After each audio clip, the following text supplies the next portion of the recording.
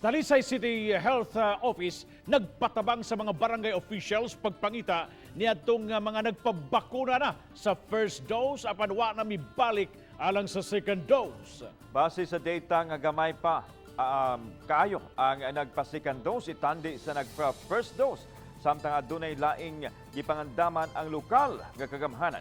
Posibleng pagdagsa sa mga magpabakuna sa laing hugna sa tulo ka adlaw nga National Vaccination Day sunod semana o sa umaabot December 15 na panglantawan na sa LGU. Ang report ni Femari Dumabo.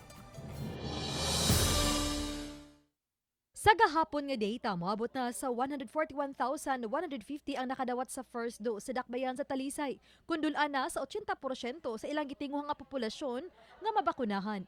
Apan, anaa pa lang sa 102,207 ang mga nakadawat sa second dose kung fully vaccinated.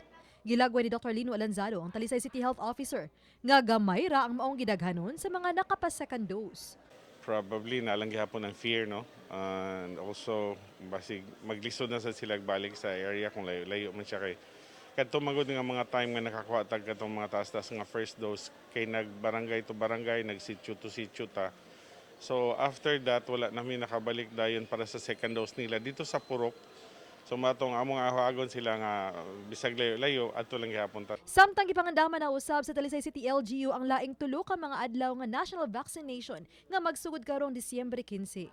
Lakip sa gipangandaman ang posibleng pagdagsa sa mga nagpa-first dose niya atong unang National Vaccination Days aron magpabakuna na sa ilang second dose sugod sa Disyembre 20 hangtod 22. Nalang gihapon ang atong upat ka sites, no? So sa ato ang second dose.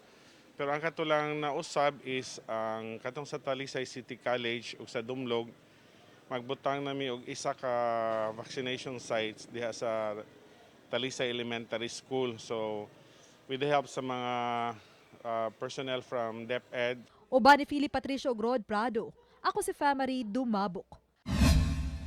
Balitang Bisdak.